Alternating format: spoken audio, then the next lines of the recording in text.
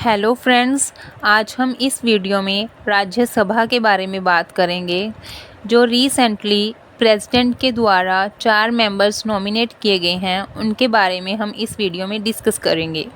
हमारा जो सोर्स है वो द ट्रिब्यून न्यूज़पेपर 14 जुलाई 2025 का रहेगा। चलो देखते हैं। राज्यसभा, जिसे हम काउंसिल ऑफ द स्टेट्स भी कहते हैं, इसे ही upper house of the parliament of India भी कहा जाता है। राज्यसभा की जो टर्म है वो 6 इयर्स है। इसका चेयरमैन या फिर हम कह सकते हैं कि एक्स ऑफिसो चेयरमैन वो जगदीप धनखड़ है।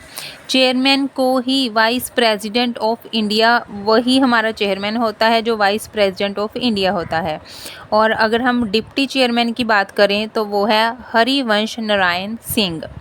टोटल सीट्स जो प्रेजेंट हैं राज्यसभा की वो 245 हैं, जिसमें से 233 मेंबर्स इलेक्टेड हैं और 12 मेंबर नॉमिनेटेड हैं।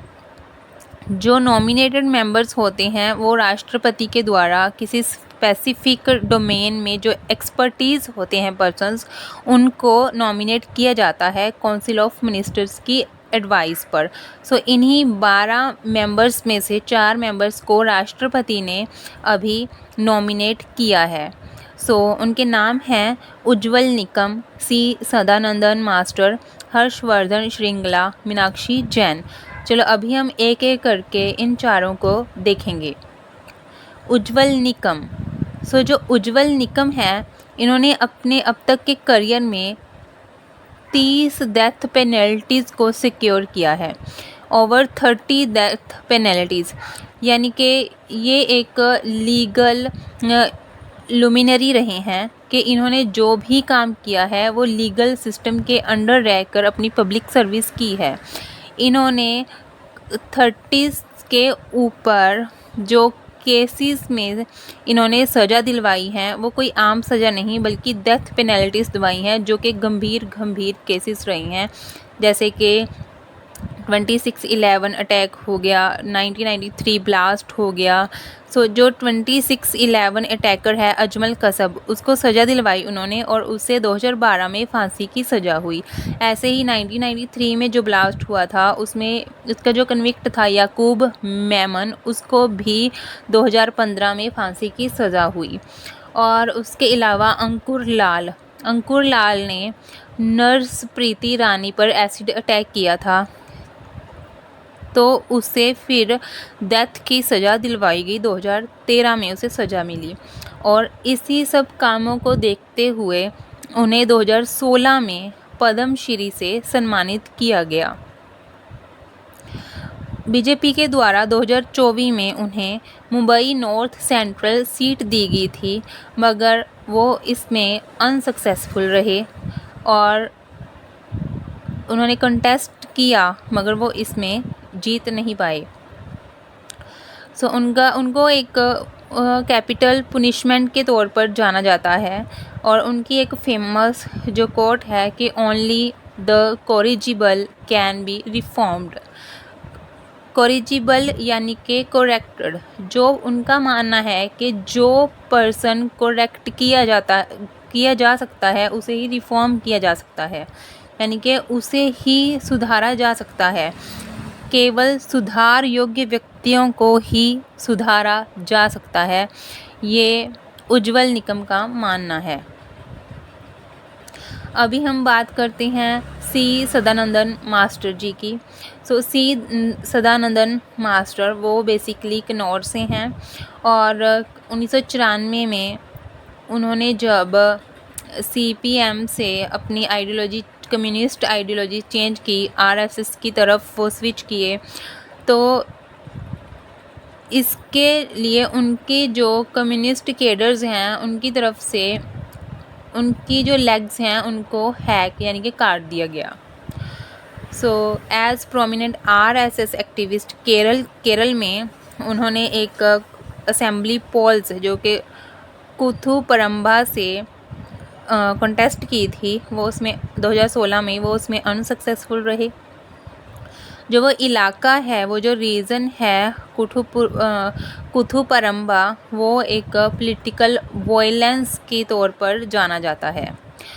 जो बीजेपी है वो ये बिलीव करती है, बीजेपी का ये मानना है कि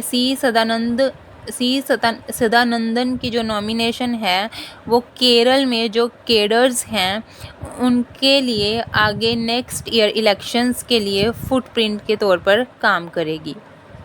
अभी हम बात करते हैं हर्षवर्धन श्रृंगला।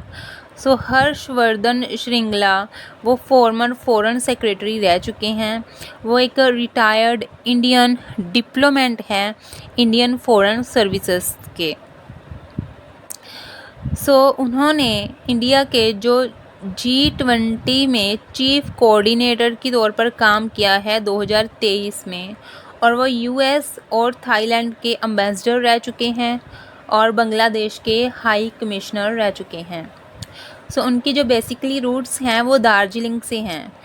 इसी वजह से 2024 में उन्हें लोकसभा सीट के तौर पर कंसीडर किया गया था दार्जिलिंग की, बट फिर उन्हें फील्ड में नहीं उतारा गया। उनकी जो नॉमिनेशन है, बीजेपी का ये मानना है कि ये देखा जा सकता है कि बीजेपी उनकी नॉमिनेशन वेस्ट बंगाल की तरफ 2026 की असेंबली पोल्स में कर सकती है। अभी हम आगे देखेंगे मीनाक्षी जैन। जो मीनाक्षी जैन हैं वो एक हिस्टोरियन हैं। अब हम हिस्टोरियन मीनाक्षी जैन को देखेंगे। जो हिस्टोरियन मीनाक्षी जैन हैं उन्होंने इंडिजीनियस नैरेटिव्स को रिक्लेम किया है, यानी कि जो हमारी आंतरिक कल्चरल नैरेटिव्स हैं उनको उन्होंने दोबारा से क्लेम किया है, और जो लेफ्टिस्ट एकेडमिक टेक्स्ट हैं उनको भी चैलेंज किया है मीनाक्षी जैन ने। वो दिल्ली यूनिवर्सिटी का जो गार्गी कॉलेज है एंड उसमें एसोसिएट प्रोफेसर रह चुकी हैं, और नेहरू मेमोरियल म्यूज़ियम फेलो भी रह चुकी हैं। उनके जो इम्पोर्टेंट वर्क्स हैं वो है रामा एंड अयोध्या, जो कि 2013 में पब्लिश हुआ। द बैटल फॉर रामा वो 2017 में पब्लिश हुआ। Flight of deities and rebirth of temples, जो कि 2019 में पब्लिश हुआ। मीनाक्षी जैन को भी 2020 में उनके काम को देखते हुए पद्मश्री अवार्ड से सम्मानित किया गया। उनकी जो रिसर्च है, शोध है उनके, वो कॉलोनियल नैरेटिव्स के डिस्प्यूट्स पे है। उन्होंने जो सती प्रथा है उसको जो बढ़ा चढ़ा कर बताया गया है या फिर उसके बारे में एक बात की है और अपने टेक्स्ट्स में, और जो इंडिया की कल्चरल रिजिलियंस है, हमारी जो सांस्कृतिक प्रतिष्ठा है, उसके ऊपर जोर दिया है। These were our 4 new members जो कि राज्यसभा के लिए नॉमिनेट किए गए हैं by the president Draupadi Murmu.